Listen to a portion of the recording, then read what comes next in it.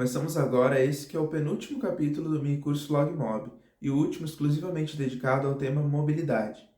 Até aqui, já identificamos os principais problemas da mobilidade urbana na atualidade, suas causas e consequências, além de apresentarmos medidas para solucionar esses problemas.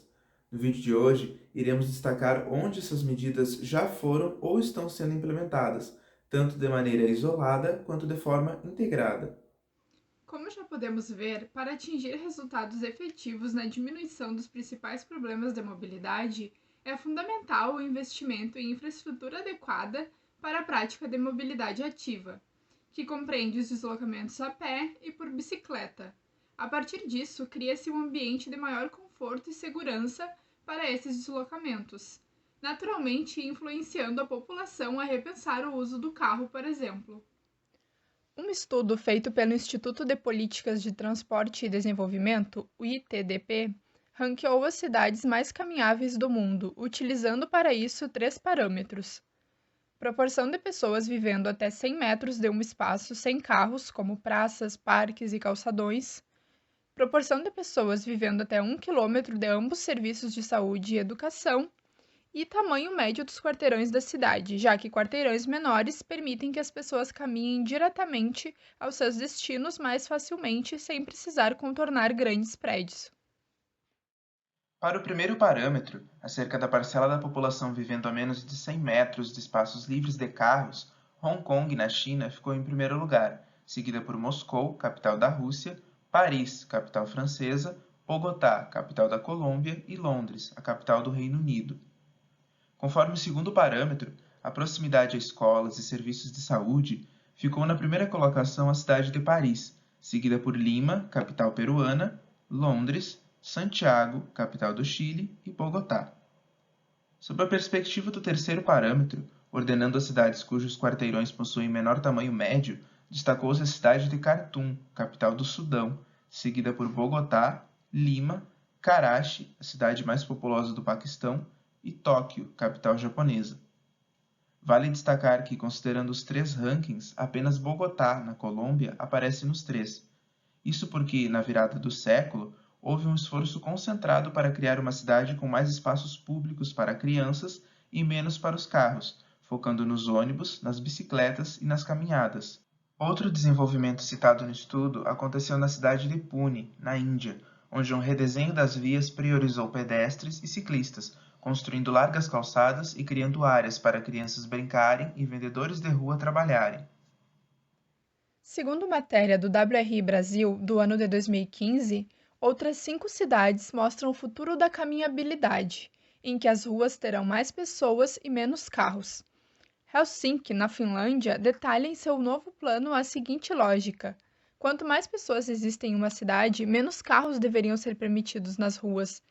Há cidades para tornar o carro obsoleto até 2025, desenvolvendo bairros caminháveis e interconectados, priorizando os transportes ativos. Copenhague, na Dinamarca, criou áreas exclusivas para pedestres já na década de 60, antecipando o futuro da mobilidade sustentável. A transformação da cidade, já conhecida pelo popular uso de bicicleta, representa o reconhecimento de que dar importância aos caminhos dos pedestres e aos transportes ativos pode ser um dos primeiros passos para favorecer a mobilidade e criar uma cidade melhor para as pessoas. Em Zurique, na Suíça, 34% das viagens são feitas a pé ou de bicicleta, possível devido a um modelo de mobilidade eficiente, integrado e multimodal, que é uma marca da cidade. Esse planejamento começou em 1996, quando foi proibida a criação de novos estacionamentos, a menos que fossem no mesmo lugar dos estacionamentos já existentes, limitando assim o uso de carros nas áreas urbanas. Hamburgo, na Alemanha, foi chamada em 2011 de Capital Verde da Europa, por suas estratégias de planejamento integradas e suas metas ambiciosas. O objetivo principal da cidade é tornar o espaço urbano completamente acessível a pé ou de bicicleta, com 40% do território da cidade dedicado a espaços públicos verdes. A quinta cidade é a capital holandesa, Amsterdã, onde a mobilidade ativa se destaca, 32% para a bicicleta e 29% para a caminhada.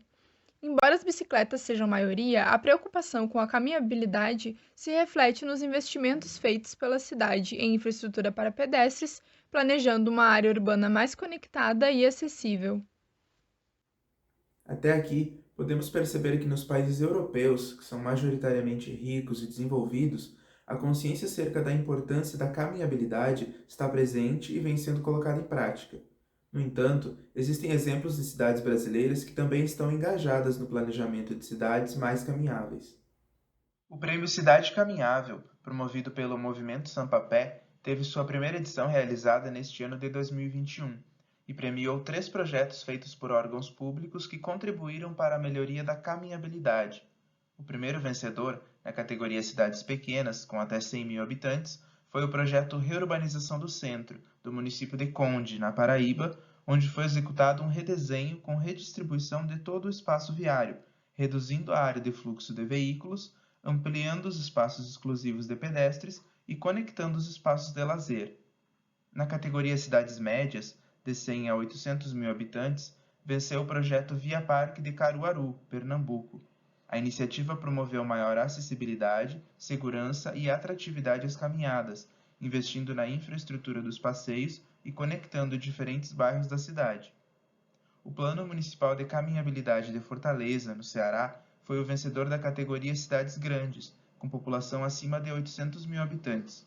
O projeto apresenta 8 documentos técnicos que possibilitam o direcionamento de ações estratégicas e diretrizes, a fim de guiar o Poder Executivo quanto às políticas públicas que vislumbram a caminhabilidade de Fortaleza. Assim como a ampliação de espaços dedicados exclusivamente aos pedestres, algumas medidas em favor de outros modos de transporte são necessárias. O aumento do número e da extensão das ciclovias e ciclofaixas tem acontecido no mundo todo, tornando a bicicleta uma importante aliada dos cidadãos para vencer distâncias curtas e médias. Na Holanda, por exemplo, já são mais de 22 milhões de bicicletas, superando o número de habitantes do país. Isso se deve, inicialmente, ao seu relevo, que é extremamente plano. Além disso, a partir da década de 70, ciclistas passaram a cobrar mais espaço para as bicicletas, a fim de tornar o seu uso mais seguro. Nessa época, ainda era predominante o uso de carros. À medida que as reivindicações populares foram sendo atendidas, com investimentos públicos na extensão e manutenção de ciclovias e ciclofaixas, as bicicletas foram se tornando protagonistas do trânsito, fato esse que virou uma das principais identidades do país. Porém, segundo o Copenhagen Ice Index, índice que avalia as melhores cidades do mundo para usar bicicleta, é Copenhague, na Dinamarca, que está em primeiro lugar. Amsterdã, a capital holandesa, vem logo em seguida, na segunda colocação. A última avaliação foi feita em 2019 e coloca no top 20 15 cidades europeias. Completando o ranking, representando a Ásia, estão Tóquio e Taipei, capital do Taiwan. Da América do Norte, constam as canadenses Montreal e Vancouver. Da América Latina, a principal representante é a capital colombiana, Bogotá. Ainda que no aspecto mobilidade ativa as grandes cidades da Europa estejam mais avançadas, a entrada de novas cidades de outros continentes nesse ranking mostra que o uso de bicicleta é uma tendência mundial e vem sendo tratado com mais atenção nas mais diferentes regiões. No Brasil, o hábito de se transportar usando bicicleta tem seguido essa tendência, mas esbarra na falta de infraestrutura adequada na maioria das cidades. São Paulo, Rio de Janeiro e Brasília possuem as malhas cicloviárias mais extensas do país, acima dos 400 quilômetros cada. Outras capitais se destacam nessa disputa, pois vêm incluindo cada vez mais a implantação de ciclovias e ciclofaixas em seus planos de mobilidade urbana. De 2012 a 2016, a malha cicloviária de Fortaleza foi de 73 para 185 quilômetros, um aumento recorde de 154% em 4 anos. Atualmente, esse número já é maior e a cidade continua buscando alternativas em favor de modelos mais sustentáveis de mobilidade. Cabe também ao destaque para o Rio Branco, no Acre, com mais de 100 quilômetros de malha cicloviária. Conforme pesquisa divulgada pela Universidade Federal do Rio de Janeiro em 2018, Rio Branco é a capital que mais investe em infraestrutura cicloviária de circulação por habitante. Para o desempenho ideal das atividades cotidianas utilizando diversos modais, é importante que haja integração entre eles. As ruas completas, apresentadas em capítulo anterior, são um bom exemplo da integração entre os passeios, as ciclofaixas e as ruas. Vejamos algumas intervenções realizadas em ruas de grandes cidades brasileiras. Em 2019, foi implantado o urbanismo tático, foi um passo fundamental para que o projeto fosse assimilado. A nossa rua Miguel Calmon, ela foi totalmente reestruturada. Com a implantação de ciclovia, de faixa exclusiva para ônibus, de arborização. O projeto foi todo desenvolvido com intensa participação popular. Temos um estudo que mostra que mais de 90% dos entrevistados estavam super satisfeitos com a intervenção. As pessoas se apropriaram do espaço, usando não apenas como passagem, mas também como locais de estar e de lazer. Foi efetiva essa transformação, mesmo que numa rua pouco extensa. A rua ficou mais organizada, o fluxo de pessoas aumentou. E se espera que agora, com a implantação do projeto definitivo, as pessoas sintam a diferença na qualificação do espaço e apoiem as próximas intervenções. Em paralelo à mobilidade ativa, o transporte público coletivo cumpre papel fundamental na construção de modelos de mobilidade mais eficientes e sustentáveis, uma vez que favorece a distribuição mais democrática do espaço urbano e percorre longas distâncias. Infelizmente, em muitos casos, a falta de atratividade do transporte público dificulta a mudança de hábito dos cidadãos que utilizam prioritariamente o carro para se deslocar.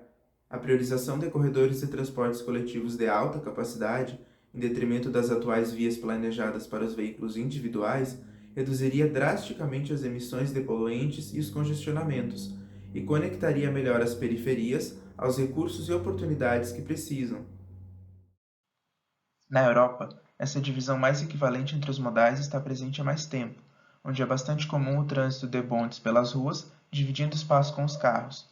Em março de 2020, Luxemburgo se tornou o primeiro país a oferecer todo tipo de transporte público de forma gratuita. Porém, 3 anos após a abolição das tarifas para transporte público em Tallinn, na Estônia, uma pesquisa mostrou redução ainda insuficiente do número de carros, ressaltando que medidas de regulamentação do uso do carro devem atuar simultaneamente, a fim de estimular essa mudança de hábito dos motoristas. Na Ásia, é famoso o gigantesco sistema de metrô de Tóquio, no Japão, com mais de 300 km de extensão. No entanto, outros países asiáticos também se mostram eficientes quando se fala de transporte sobre trilhos. É o caso de Singapura, cuja rede tem extensão de 216 km e deve chegar a 400 até 2040, pois estão sendo feitos aumentos das linhas existentes, além da construção de 3 novas linhas. Aqui no Brasil, veículos de transporte coletivo, como os trens e metrôs, ainda estão restritos a poucas cidades. Em setembro deste ano, foi divulgado pela Prefeitura de São Paulo um vídeo que mostra a evolução das obras de expansão de uma das linhas do metrô da cidade. Segundo o relatório da Companhia Paulista de Trens Metropolitanos, a CPTM, o metrô de São Paulo deve atingir 123 km até 2026, com mais de 100 estações em funcionamento. Os BRTs, por sua vez, têm baixo custo de implantação se comparados aos metrôs e proporcionam um transporte público mais rápido e eficiente. Diferentemente dos ônibus em geral, os BRTs trafegam por uma faixa exclusiva e o pagamento da tarifa é feito na estação de embarque e desembarque, do lado de fora do ônibus. Aqui no Brasil, a cidade de Curitiba é destaque nesse aspecto. O BRT da cidade foi eleito um dos projetos mais influentes do mundo nos últimos 50 anos, influenciando mais de 200 outras cidades que adotaram a mesma lógica de mobilidade. Atualmente, no Brasil, os BRTs estão presentes em apenas 15 cidades. Quanto aos ônibus, algumas iniciativas de gratuidade do sistema para todos os passageiros vêm ganhando espaço em cidades brasileiras visando estimular o seu uso. A cidade de Volta Redonda, no Rio de Janeiro, conta com 3 ônibus elétricos que não cobram tarifa. Os veículos estão em circulação desde julho de 2018 e possuem ar-condicionado, internet, Wi-Fi e conexões USB para recarregar aparelhos móveis. Em Caucaia, no Ceará, os ônibus do transporte público municipal passaram a funcionar de graça em setembro deste ano. De acordo com o prefeito da cidade, a gratuidade do transporte público deve diminuir 40% do fluxo de veículos em circulação no município. Outra mudança em termos de mobilidade que cresce no mundo todo é a produção e venda de automóveis elétricos. Na Noruega, em março de 2021, os carros 100% elétricos representaram mais da metade das vendas do mercado. É importante enfatizar, todavia, que somente a eletrificação dos carros não resolverá a maioria dos problemas de mobilidade atuais. Ainda que seja uma solução eficaz para a redução da emissão de poluentes e da poluição sonora, os carros, elétricos ou não, continuam ocupando o mesmo espaço nas cidades. A eletrificação dos veículos pode ser grande aliada da mobilidade sustentável, desde que seja focada também no desenvolvimento e na popularização de ônibus e bicicletas elétricas, por exemplo. Dessa forma, unem-se os benefícios da eletrificação aos modais de transporte ativo e coletivo, que são os veículos verdadeiramente sustentáveis. São muitas as mudanças acontecendo pelo mundo todo em relação aos modais de transporte, mas de todas as iniciativas, a mais simples, barata e eficaz é a mudança de pensamento das pessoas, o questionamento dos problemas e a troca de velhos hábitos por novos e mais saudáveis. Vejamos a percepção da arquiteta Cristine Coelho sobre as mudanças acontecendo no seu entorno. Eu vejo as pessoas cobrando, por exemplo, melhoria nessa infraestrutura de mobilidade, desde a melhoria nos passeios, acessibilidade nos passeios, a existência de, por exemplo, de modo de deslocamento, de vias para deslocamento de bicicleta, para que ele seja feito de forma segura. Seja através de rota ciclável, seja através de ciclofaixas, eu vejo as pessoas reivindicando isso. Eu vejo, por exemplo, assim, que muitos empreendimentos aqui na nossa cidade hoje, eles já estão pensando na localização de bicicletários ou paraciclos, coisa que há pouco tempo não se via. Então, eu penso que todo esse trabalho de divulgação, de mobilização, de conscientização, está refletindo nessas pequenas ações, assim, que eu acho que vem muito dessa conscientização e dessa demanda da população por uma infraestrutura melhor. A conscientização em relação às mudanças nos modos de transporte e o impacto disso no planejamento das cidades e de novos empreendimentos capacita as pessoas a cobrar soluções mais alinhadas aos modelos de mobilidade sustentável. O aspecto cultural influencia diretamente o planejamento, o que pode ser percebido se levarmos em conta que os Estados Unidos, maior economia mundial, não costuma se destacar em avaliações acerca de caminhabilidade, uso de bicicleta e transporte público. Nas últimas décadas, o país manteve a centralização do planejamento urbano na infraestrutura para os carros, de maneira oposta às tendências dos países europeus, também ricos e desenvolvidos. Portanto, para que sejam ponderados aspectos de viabilidade técnica e econômica de planos e iniciativas de mobilidade urbana, antes é necessária a quebra do ciclo vicioso para a inserção de novas perspectivas. Chegamos ao final de mais um capítulo, dessa vez o último dedicado ao tema mobilidade urbana. No dia 10 de dezembro, daqui a 3 semanas, será publicado o último capítulo do minicurso, no qual serão abordados de forma integrada os principais conceitos, problemas e fatores associados aos temas logística e mobilidade urbana. Se gostou do vídeo, não esqueça de curtir e deixar um comentário. Obrigada pela atenção e até mais!